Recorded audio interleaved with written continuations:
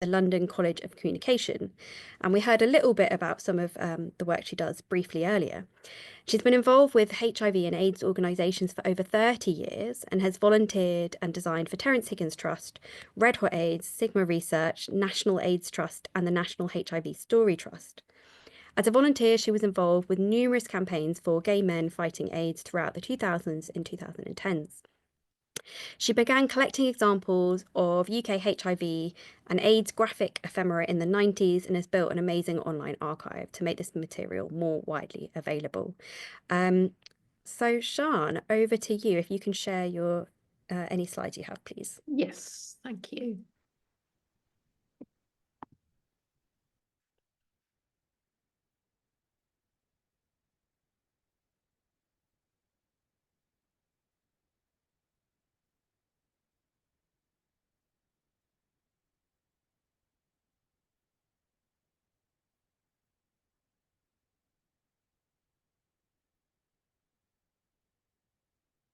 Sorry, I'm just having trouble sharing. On my screen, there's a little share arrow. Yeah, no, I know all of that. The trouble is permissions, about Zoom giving me permission to share. Oh, okay, looks like I can do it now. Sorry for the delay. Lovely, thank you. Let's try, yeah. Okay. Yes, I can see that. Yeah. Sorry, I have a new laptop and I haven't got all the permissions fully in place yet. So, okay, I have to keep saying allow. Okay, hopefully that's working now and you can see my screen. Thank you for inviting me to participate in this event. I've called my talk Inside Out because I feel that I'm partly an insider, having worked closely with HIV and AIDS organisations as a volunteer and graphic designer for many years. But I'm also an outsider in that I'm not HIV positive and I'm also not gay and not a man. But for a significant period of time, I was working with a gay men's health charity, which initially didn't even admit women and heterosexuals as members. This presentation therefore draws on my personal experiences of the sector and of building an archive of graphic ephemera, making that available online, exploring potential uses for this resource, and considering the future legacy of this type of archive. I do at this point also have to have a warning that there is some moderately explicit visual content in my slides. My collection began as I became more involved with HIV organisations in the early 90s. I was initially just looking for examples of good practice as a graphic designer, not as an archivist looking to preserve materials. But I became increasingly interested in the visual language and alternative design approaches that I found. So the next step was to focus my collecting as a part-time PhD project by writing to over 170 UK AIDS service organisations in 1994 requesting sample materials. What resulted is not a proper archive regarding systems and cataloguing, but retrospectively, my collecting methodology across a variety of sources fits with a feminist approach to archiving, using dirty methods of collecting and contaminated by the personal involvement of the collector. I include pieces of my own campaign work in the archive, for example, and also not aiming for completeness or authority.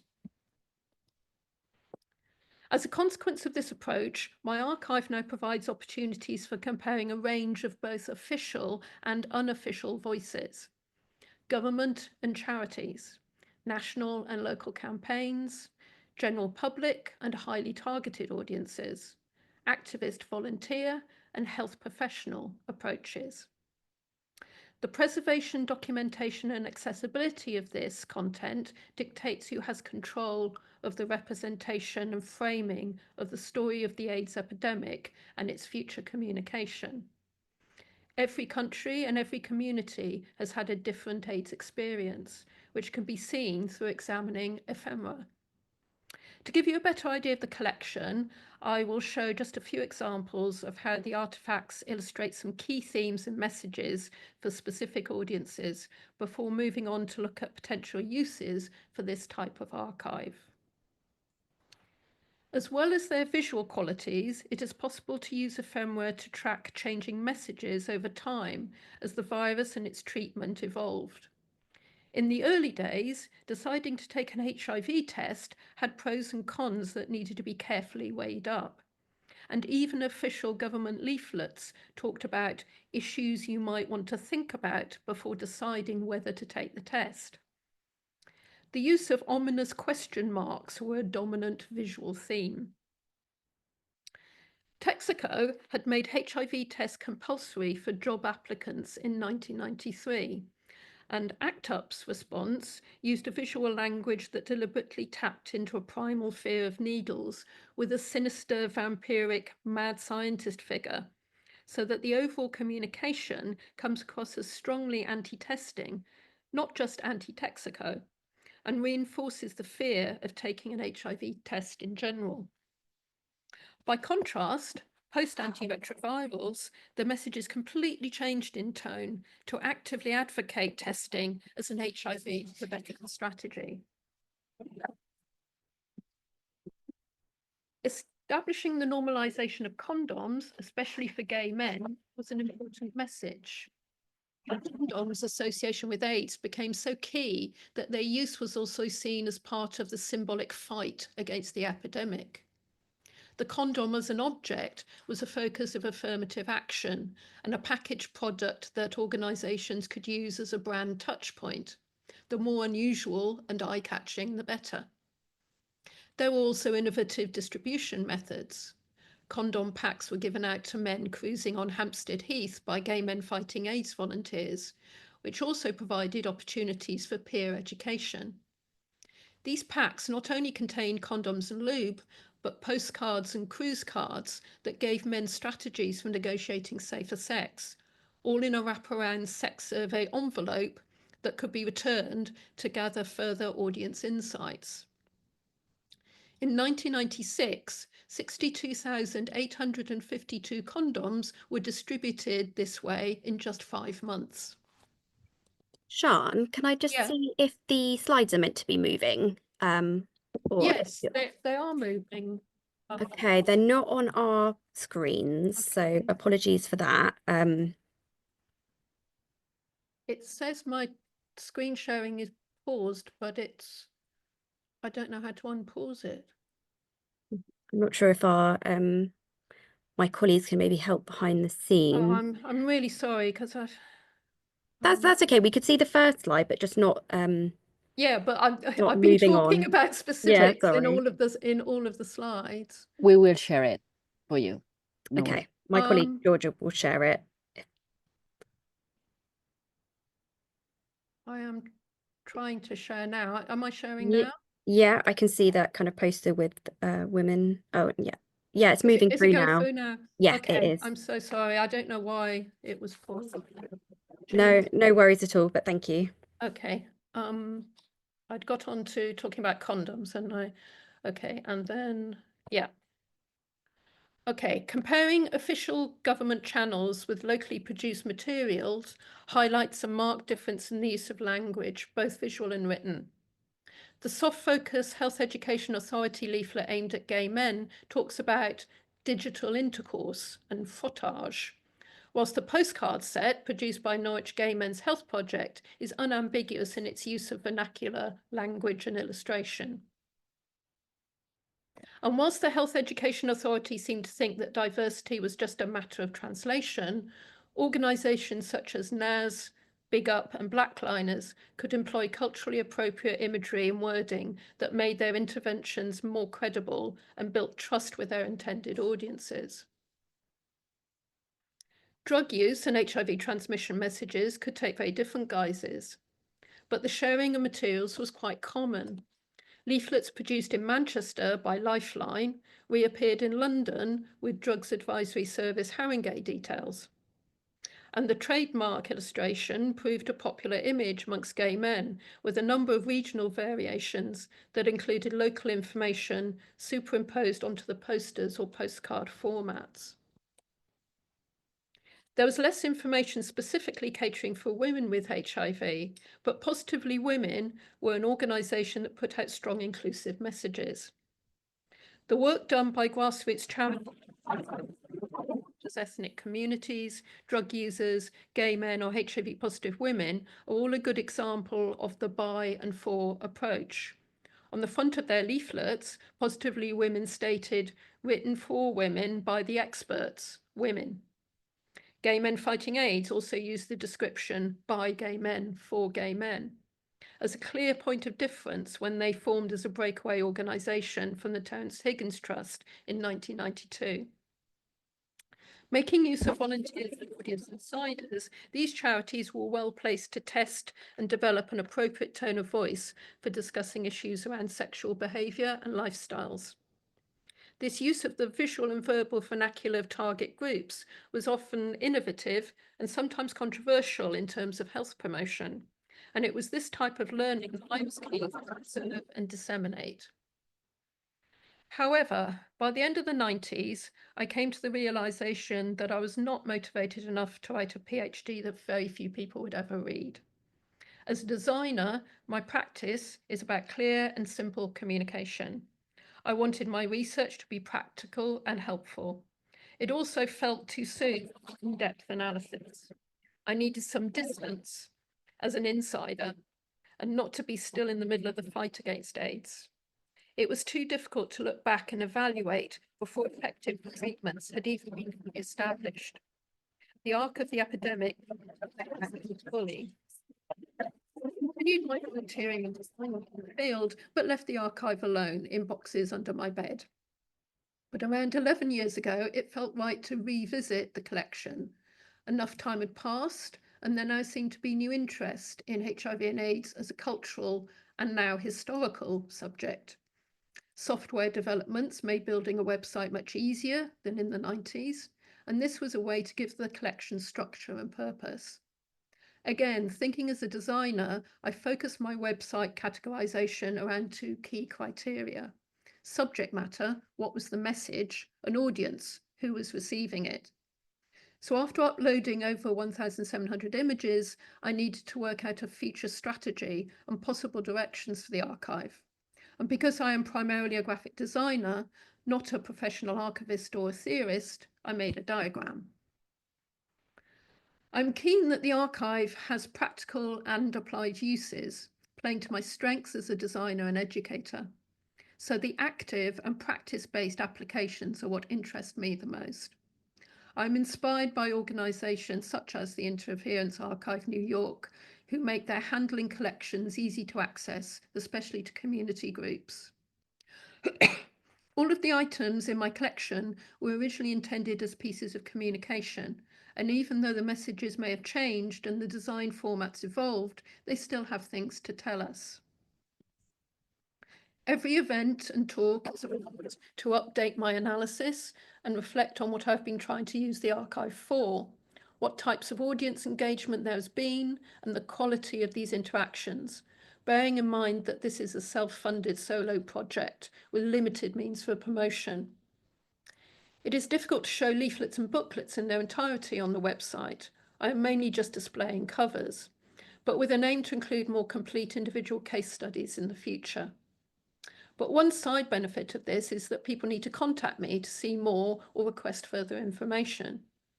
Individual inquiries range from offers of contributions to a novelist doing contextual research for a book.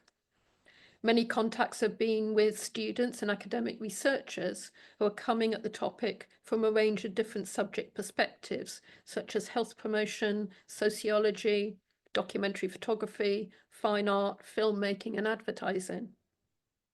I'm continuing to test uses for the archive as a resource for education, research, and design. I've published a few articles, exhibited parts of the collection, lent to exhibitions, or provided materials for recreating facsimiles.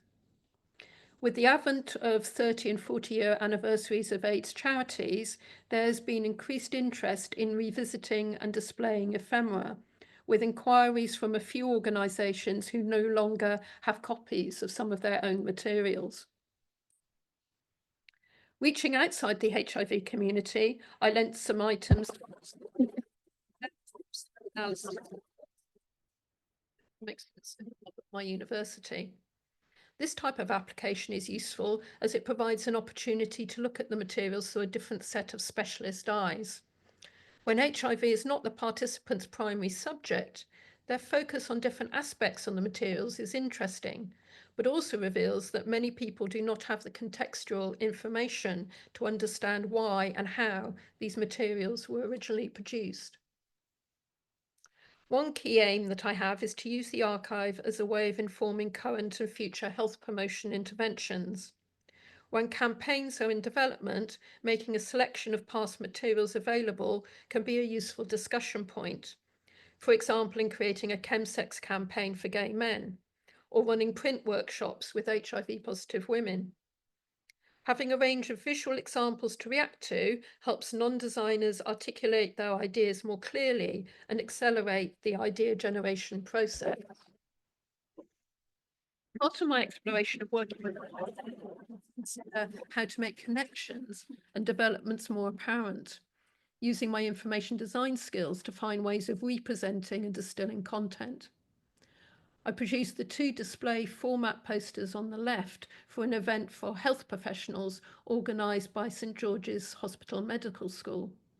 I then refined this visual display method for the HIV testing themed timeline on the right that I produced for an exhibition as a way of explaining my research. The COVID pandemic period prompted many of us to rethink how we did things and ways to keep connected to each other through sharing our work and ideas.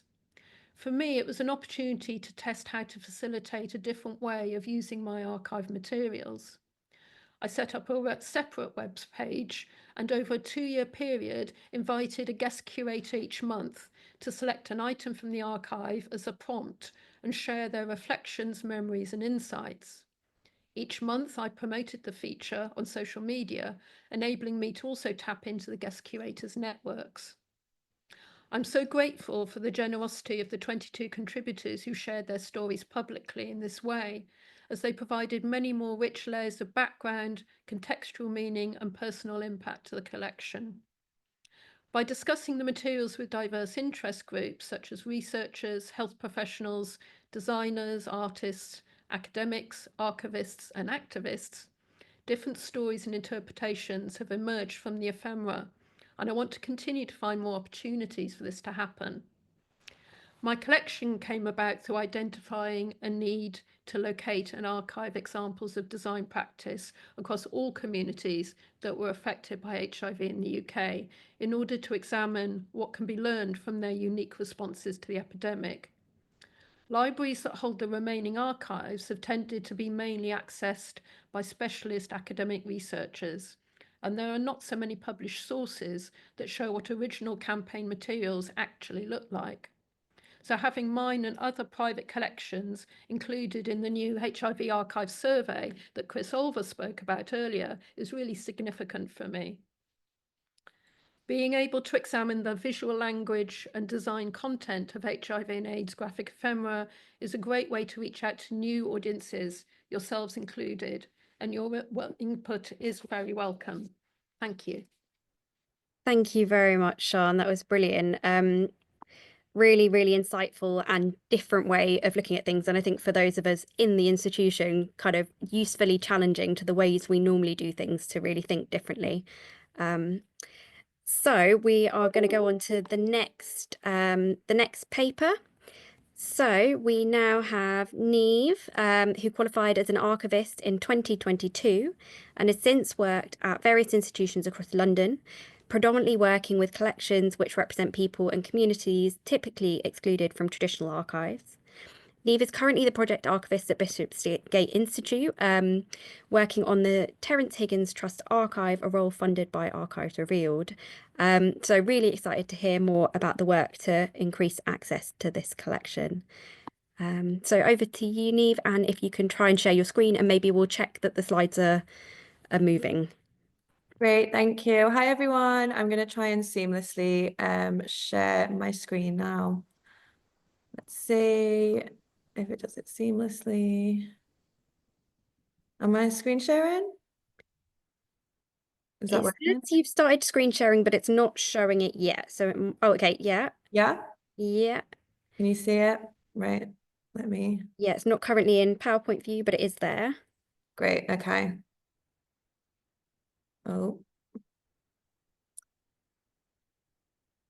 Hopefully it might just be taking a moment. yeah, it does that sometimes. Also just in advance, apologies for any background noise of drilling and sirens. I do work in central London, so Hmm. it's unavoidable. Right, let me see. I can get this up again.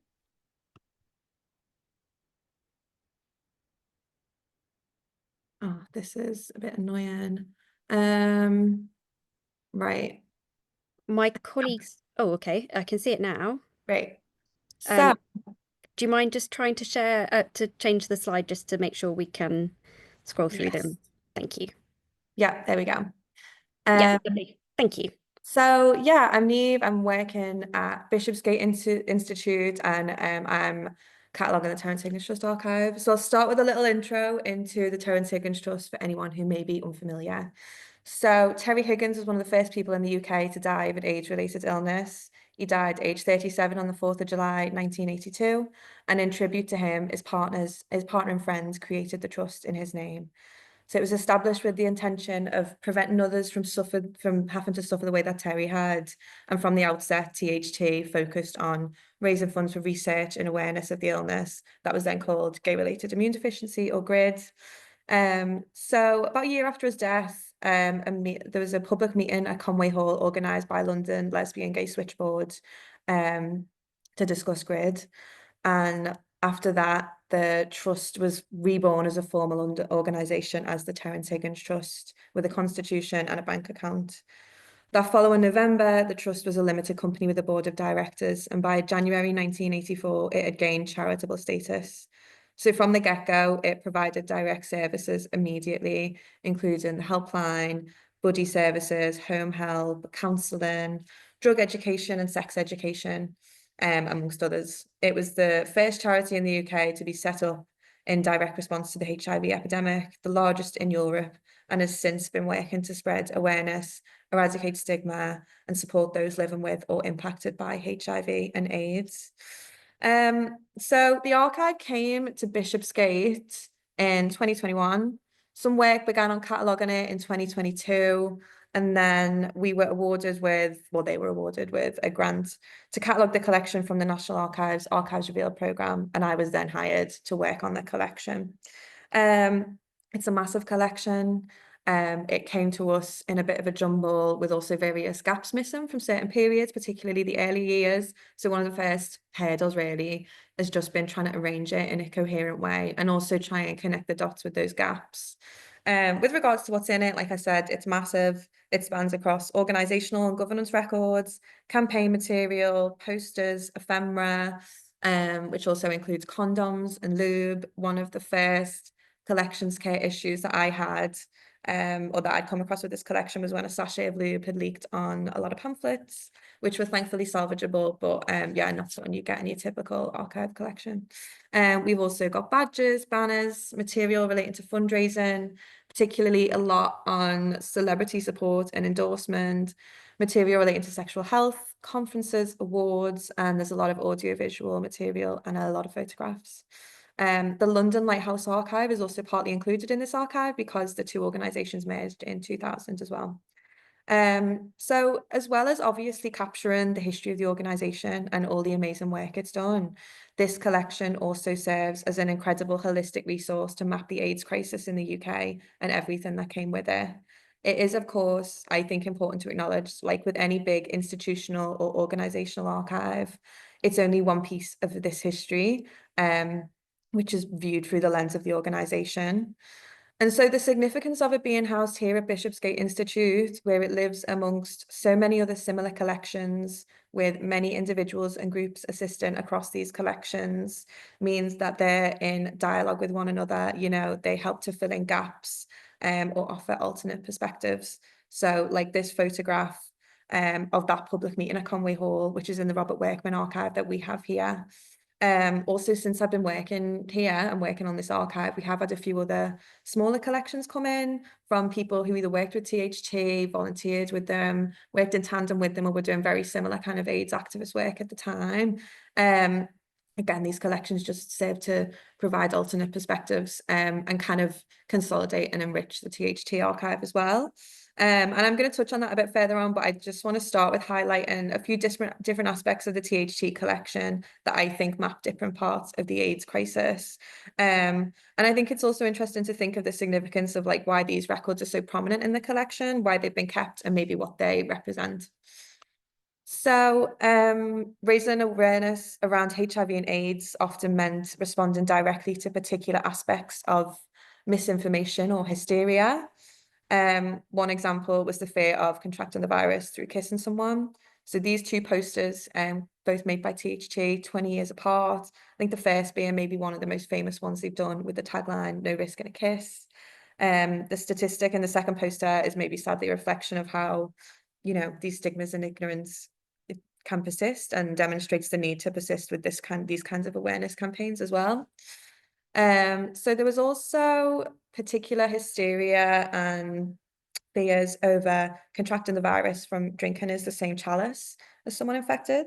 So in 1986, THT launched this AIDS and the Chalice campaign, producing posters, leaflets, and pamphlets like this one, providing very clear information that actually the virus is too fragile to be transmitted through surface contact. It can only be transmitted through the bloodstream.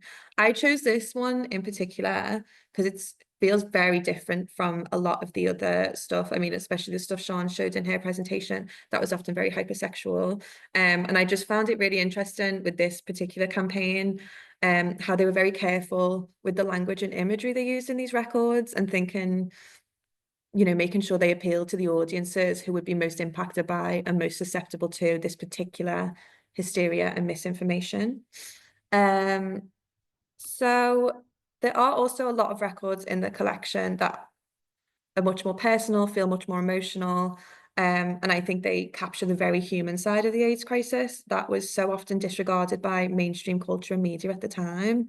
So we've got these really lovely memorial books that are part of the London Lighthouse Archive, where people have, you know, made tributes to lost loved ones. There's also a lot of records relating to the various candlelight memorials, particularly in the photographic archive. You know, a lot of these photographs as well, we'd have like different photographers attending the same events. A lot of these photographers as well, we also hold their own personal collections in the archive. For example, a guy called Gordon Brainsford. And I think just another example of how we have so many people and organizations exist across collections here, and, you know, how our collections are in dialogue with one another.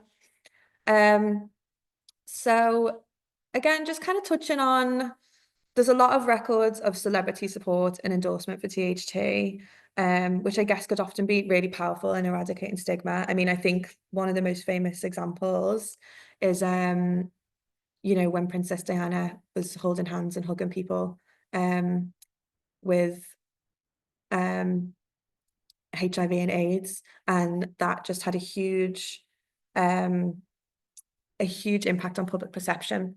So there were a lot of fundraisers spearheaded by celebrities. One example being this one by Stephen Fry. It was a comedy fundraiser called Hysteria, and it had 3 iterations. He invited various comedians and performers to take part, and again, as well as raising money for THT, this had a really significant impact on public perception. Also, these fundraisers and kind of celebrity endorsements, I think, also serve to map the funding landscape for HIV and AIDS charities. So, for example, following a cut of £300,000 of government funding to THT in 1993, Paul Gambaccini, who was a patron of THT, set up the 300 Club, where he invited 300 friends and supporters to each donate £1,000. And this was to directly compensate for that lack of government funding. So the impact of popular culture as a tool to inform, I think, is really well demonstrated by the work THT did with EastEnders. Now I'm going to play this video, and I hope it works and you can all hear it and see it.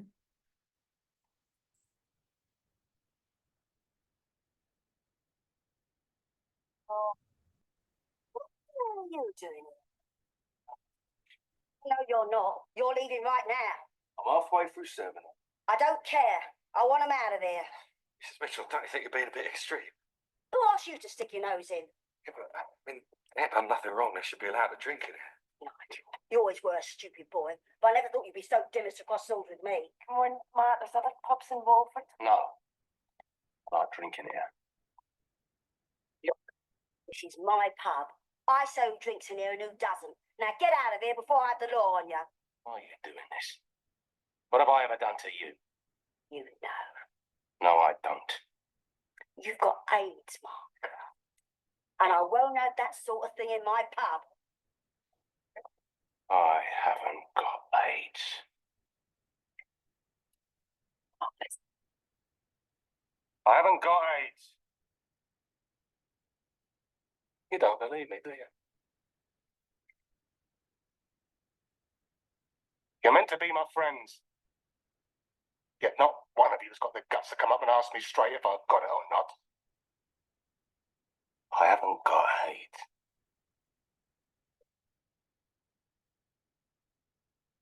I'm HIV positive. I knew it. You don't know anything. I've got the virus, but I ain't got the disease. You're not going to catch it from eating food from my store or drinking from the same glass as me. And Ruth hasn't got it. She's clear. So in 1990, THT began working closely with the BBC soap opera EastEnders on crafting the storyline around Mark Fowler being HIV positive, with this being the first UK soap opera to have an ongoing HIV-related storyline. So they worked on consulting on scripts, coming up with what kind of medical plan he'd be on and how he would navigate the stigmas attached to his diagnosis. I was chatting to a guy called Dan Glass the other day, who is a regular at Bishopsgate, and he is an activist. He's one of the founders of the current iteration of ACT UP London. And so we spoke about Mark Fowler, and Dan explained how when he received his diagnosis of being HIV positive, in the midst of Section 28, one of his only frames of reference of what he was going through was Mark Fowler. And the impact of the storyline also saw a really substantial increase at the time in people in the UK getting tested for HIV, saw an increase in calls to the THT helpline, and a general awareness in HIV and AIDS amongst young people in the UK being attributed to this storyline. Last year, they also worked with EastEnders again on the storyline around Zach Hudson being diagnosed with HIV, again shining a light on straight people's experiences with HIV and also how treatment has developed so people are undetectable and can't pass it on. So one particular challenge, or yeah, I'd say it's a challenge that I came across with this collection. I opened this box and it was just full of really vile and nasty homophobic hate mail. And as difficult and distressing as it is to engage with this kind of material, homophobia is a really key part of the history of the AIDS crisis. And so records like these, which serve as evidence of this homophobia, are really important to be kept and preserved. I also do think it's important to be able to allow access to these records and have them open with necessary care measures in place. So for example, with these kinds of records, we would put an applied to archivist note on them, meaning if anyone requested to view them, we'd have a word with them first and basically explain how distressing they are, the nature of the material, whether they still want to pursue engaging with it, and also having limits around letting people take pictures of the material, or, you know, maybe putting measures in place so if people want to take pictures or reproduce the material in any way, they'd need direct permission from THT. And I did want to mention another archive collection that has recently come in. It's a much smaller one. It's been donated by a guy called Martin Weaver, who volunteered at THT for years, has also done loads of HIV and AIDS work in the NHS. And just like the photo from the Conway Hall meeting and Bob Workman's archive I showed you earlier, this collection is another example of how our collections here at Bishopsgate are in dialogue with one another. But Martin's collection specifically complements the THT archive so well because it gives this much more personal insight into the organisation, particularly speaking to the volunteer experience, because like so many other AIDS and HIV charities and organisations, THT was really built off the back of volunteers, and so their stories are so important. And I do think it is just another reminder of how these collections are just one piece of a history. And I think what is so special about Bishopsgate is that, you know, these archives live together, they're really frequently viewed, and it's almost like they're actively in conversation with one another because people view them in tandem. And so THT is, of course, still going, still doing lots of amazing work. So this is very much a living archive that will grow alongside the organisation. And yeah, that's it for me. Thank you for listening. Long live THT. I hope that I didn't see any messages in the chat or anything, so I hope there was no issues there.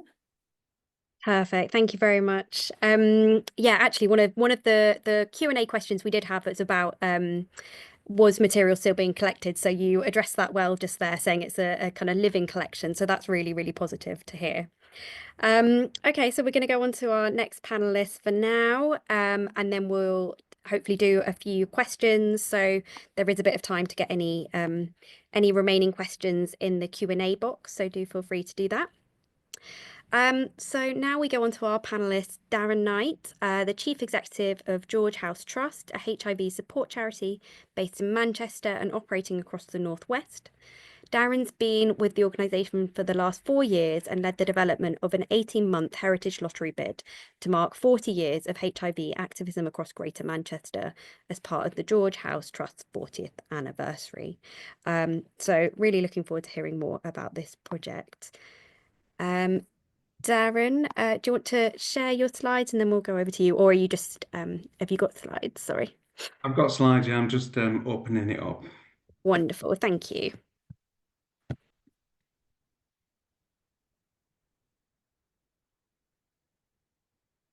We're in?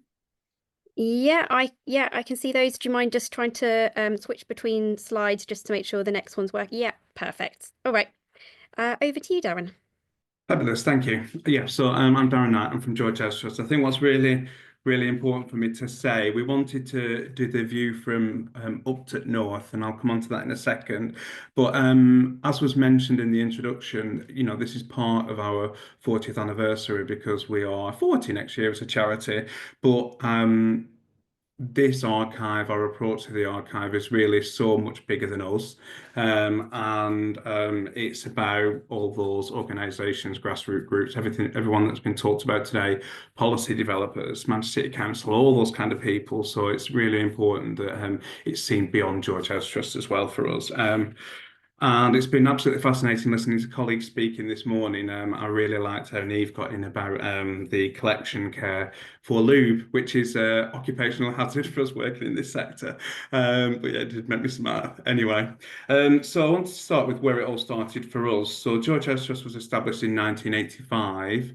And we were founded by 6 gay men in Manchester. Our first public meeting is, there's a flyer from that there.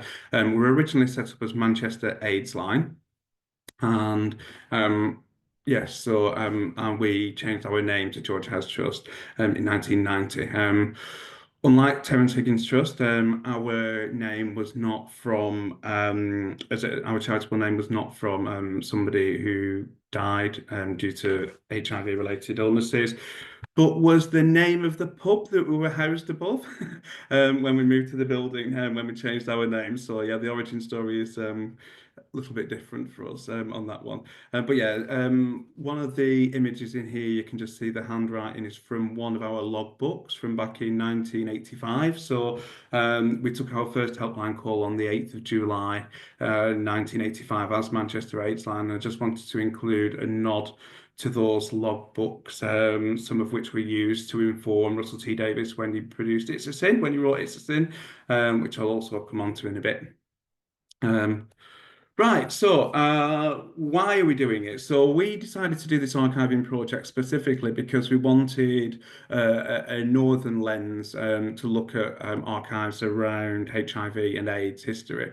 And here's a quote from our press release that we did in the summer, which kind of helps to focus that really. So as the history of the HIV and AIDS epidemic in Britain is written, there is a danger that London will eclipse the experience of other major centres of activism, charitable work and service provision. So we really wanted to kind of build that story that we got around our archive and that story from the north.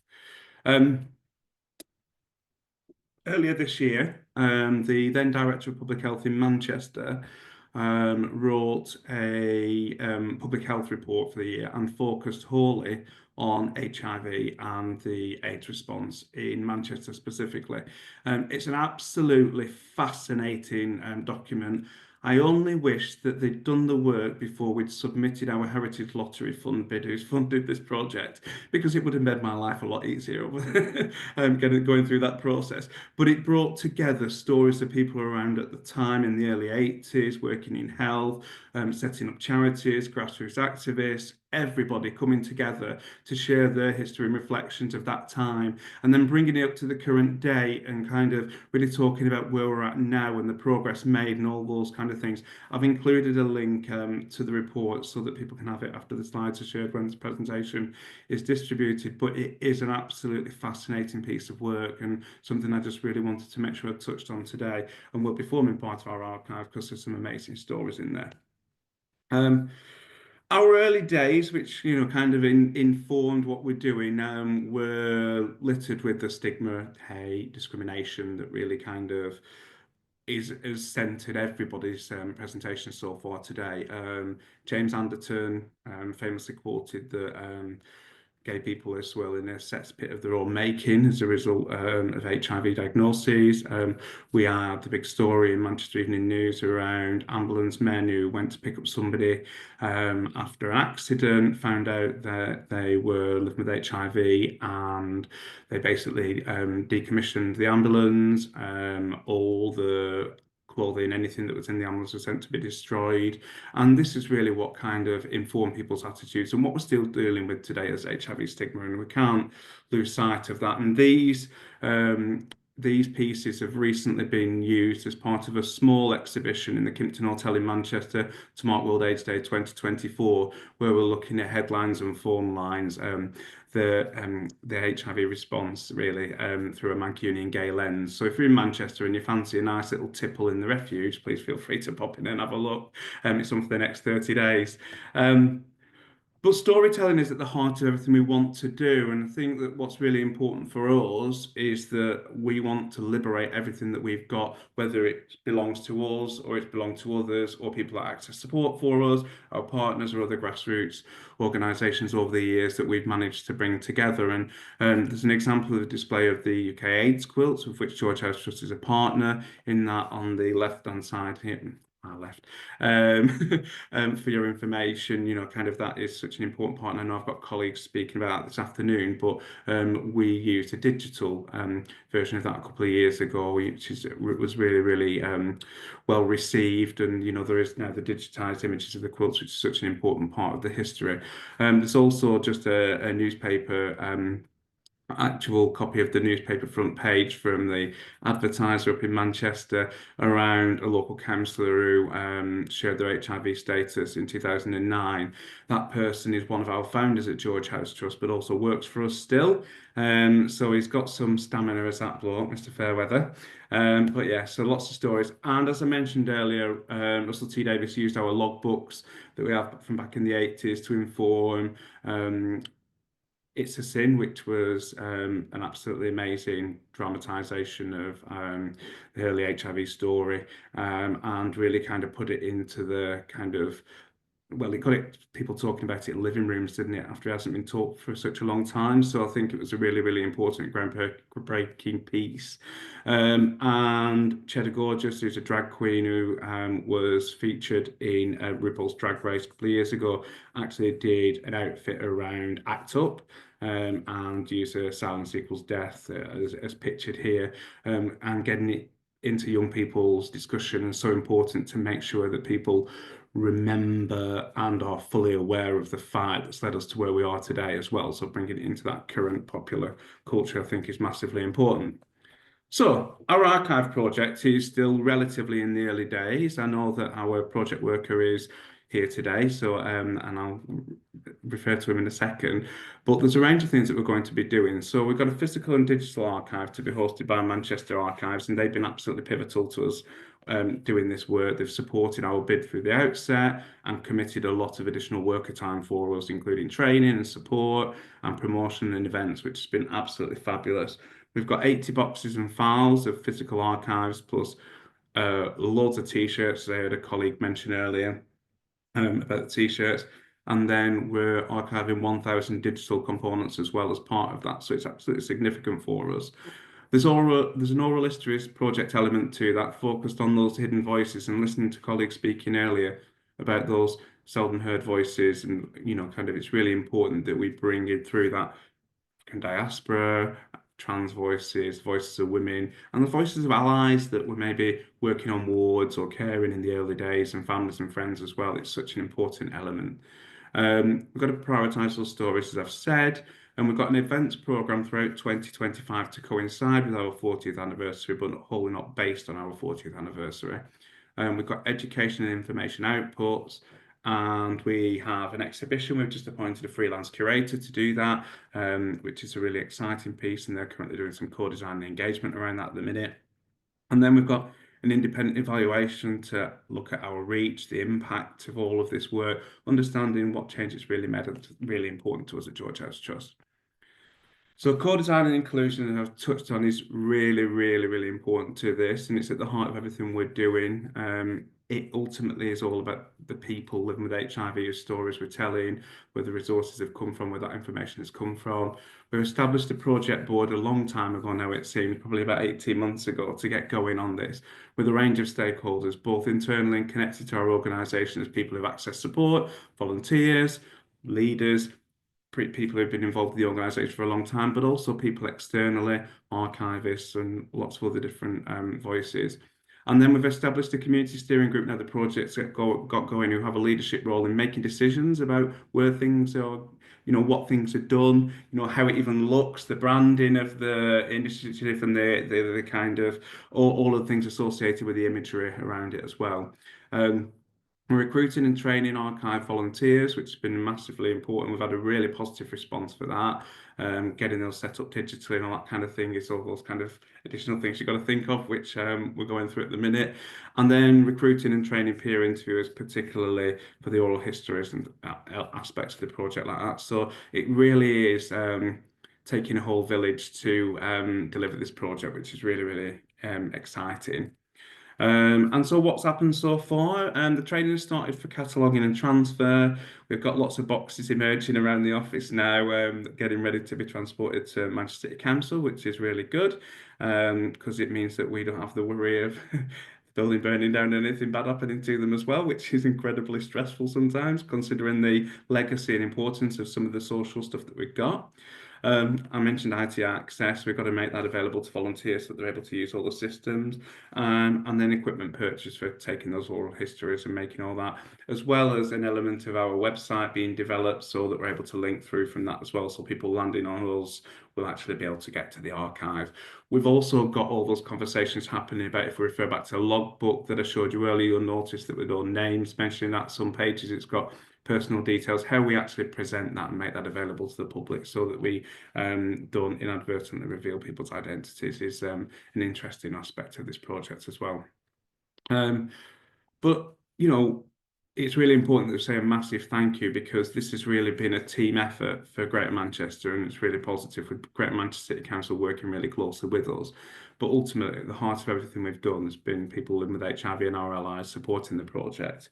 We've been involved for years, but massive thanks to the founders of George House Trust, one of which, Paul Fairweather, whose name I've already mentioned, has provided a lot of personal archive information for us to be able to use as well, and also given some of that over to Manchester City Council. It's amazing what's kept in people's attics, and we need to liberate that. An element of the project they've not mentioned is how we get that community engagement, bringing in stuff, so the sharing, people coming along, letting us get copies of things that maybe they don't want to let go of. There is a real emotional attachment to all this stuff, and so for some people it's memories of friends lost, family lost, and so perhaps not wanting to give it up, so making sure that we're able to replicate those pieces where we're not able to get those originals. And we've had some real good support from Kevin Bolton, David Govier, Niamh McInnes and Alison Gill. They've been incredibly helpful. And obviously our funder has enabled us to move this project on. But I mentioned Joe. Here's a picture of Joe at our event last week in Manchester at the Kimpton Hotel. You can find out all the details about anything to do with this project just by dropping Joe an email. You can get in touch with me. My details are there as well. But yeah, Joe's leading this project now. He's been in post for a few months, so he's got to grips with it all, and it's amazing the work he's doing. And I'm often just jealous because I wish I could do this job, because it's such an exciting piece of history that just is absolutely fabulous and wonderful. And it's a real pleasure to be able to talk to people about it as well. So that's me. Thank you very much.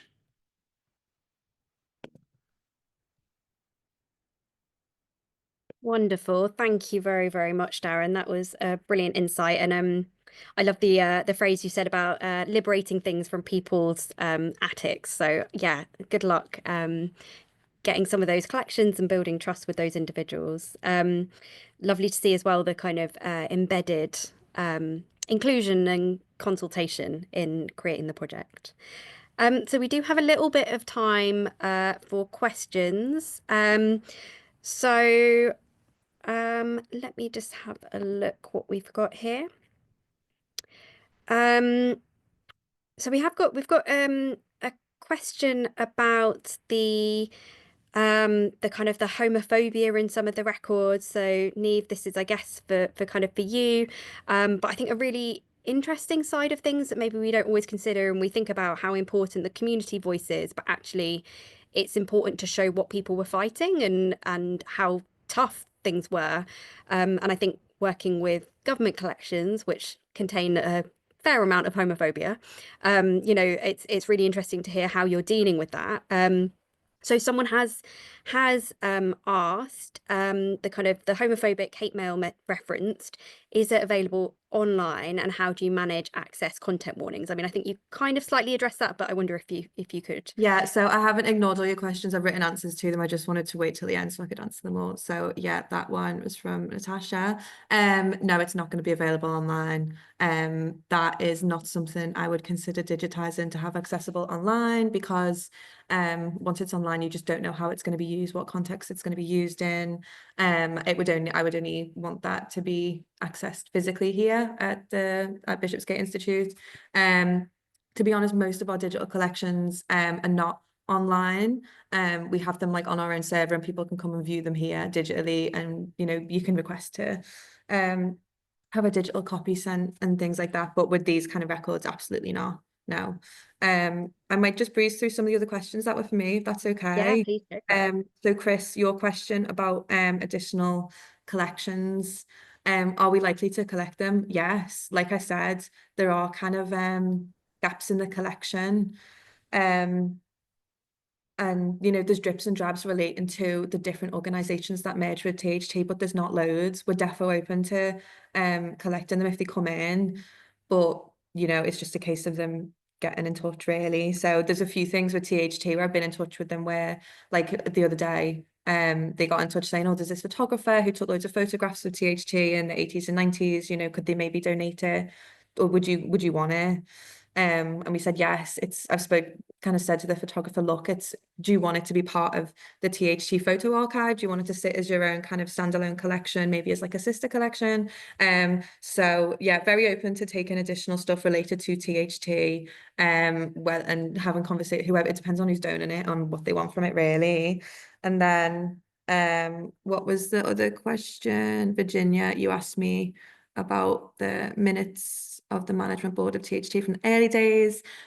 So we've got a lot of board papers, minutes, things like that. Not much from the 80s, to be honest. Early 90s onwards, yes. But yeah, like I said, gaps in the collection. With regards to non-visual paper records, there's loads of admin records around different campaigns they've done, different projects they've done. There's correspondence about different things. Like, there's so much. There was too much to touch on in the presentation. But yeah, lots of just kind of background records of the different projects and the work they've done.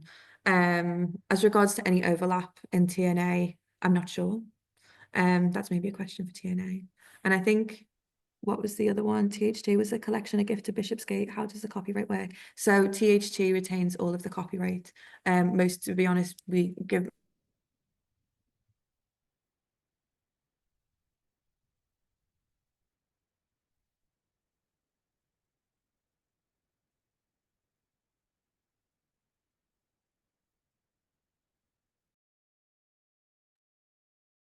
Sorry, I don't know if I lost connection there or Niamh, if you lost connection.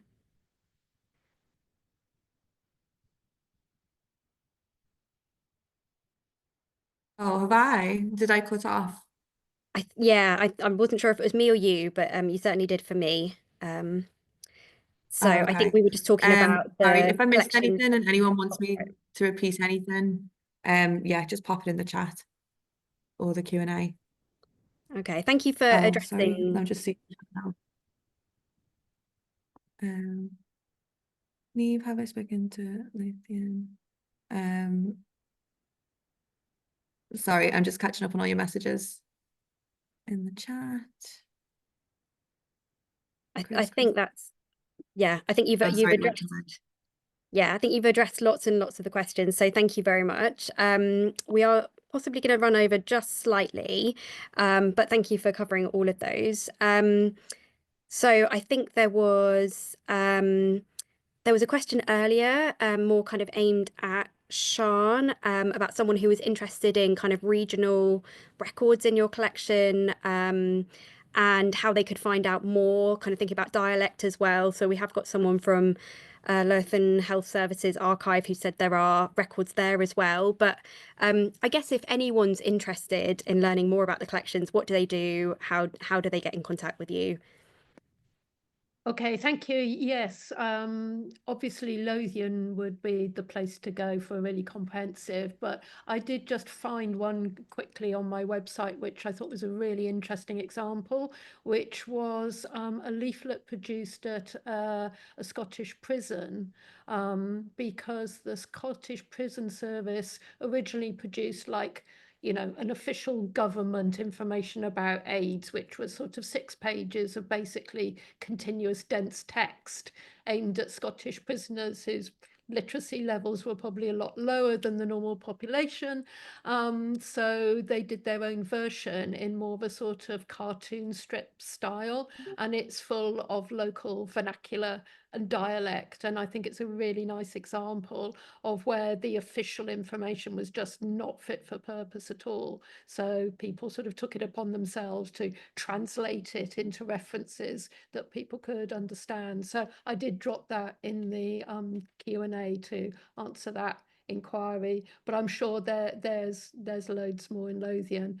I mean, to be honest, I found it really hard getting stuff from Wales in particular.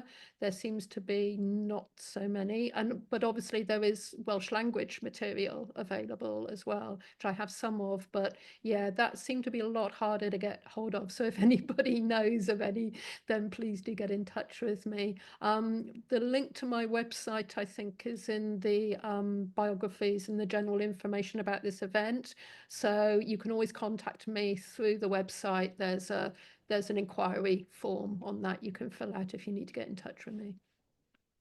Wonderful, thank you very much. Yeah, an incredible collection there. And Darren, I wondered if we could just finish with you. I guess we were kind of touching there on kind of voices that are less represented, and you were saying you really wanted to try and rectify some of the gaps in this narrative and reach out to kind of people now with lived experience. Like, how are you planning on going about that? Do you have a kind of approach? Yeah, so we have targeted programs at George House Trust that work with African women, African men, etc. So we've got connections with those groups. So we're utilising those warm links to get into communities, people particularly longer term diagnosed, to actually bring those stories through from back in the early days, but also from now. I think when Niamh was talking earlier, she talked about that fact that it's a living archive. We're in that space as well, bringing stuff together to now. So yeah, so we utilising our links and contacts through our existing networks and that kind of wider spider's web, really. Wonderful. Thank you very, very much. So we do just have something in the Q&A that I just want to come back to before we close. So a question about transparency of information if we're not putting information online, for example, if it's homophobic. Niamh, I don't know if you want to comment on this, but I think for all of our collections, like a lot of collections, only a small amount make it to being digitalized and online anyway. And I guess the core thing is that that these records are accessible. So, you know, someone can go into Bishopsgate Archive and view them, and the kind of same for problematic, troubling material at the National Archives. It's still part of our collections. It's still something people can access. For us, a lot of this material wouldn't make it into being digitalized anyway. And that's a whole kind of other conversation about what gets prioritized in terms of digitalization. And we'd certainly like more of this kind of material to be digitalized. But Niamh, I don't know if you wanted to come back on that at all. Yeah, absolutely. No, totally get the question. And just to kind of give you an idea, so Bishopsgate, super accessible archive. We're open all week. You don't need to book in advance to come and see us. You don't need ID. You don't need to book the records in advance. You just rock up and you request it. Most of our digital material, like I said, we don't put online. It's not on there's some things like we'll have slides and images digitized on the website, but most of our digital records we do have in-house anyway. So a lot of paper stuff we don't digitize, mainly because we don't have the time, the money, the staff. So like I said, these records, I would have them available. My only kind of note to put a care measure around them is just to like have a word with people before they view them, just to give them a heads up and also warn them of the content. I think as well the earlier question about would I put so I haven't put it all into the catalogue yet, but when I do, there is going to be a trigger warning note just explaining this is sensitive material, very harmful, very abusive, often threatening language, might be very distressing to engage with. So it's not a case of sacrificing transparency, and we are being very transparent about it. It's really just you know, like for me, when I opened that box, I didn't know what was in it, and I opened all the stuff. It is really distressing and it wasn't nice to read. So I just want to like give people the chance to know what they're going to look at before they look at it. Thank you. Yeah, I think that's a really good note to end on. So thinking about practice of care for people engaging with any of this material and how we frame things rightly in our collections. So I am going to draw to a close now for this session. Thank you very, very much to all the speakers and attendees. Thank you for engaging in the questions. And I think we found lots of connections between different people's work and helping each other surface interesting things in the archives. So we're now going to take a break for lunch. It's just gone 12:30, so we're going to be back at 1:30 to have a look at how HIV and AIDS collections have been used for historical research. Just to let you know, you are able to leave the kind of meeting and then return using the original link. So feel free to do that. Thank you again to all our speakers, and have a wonderful rest of the day at this event.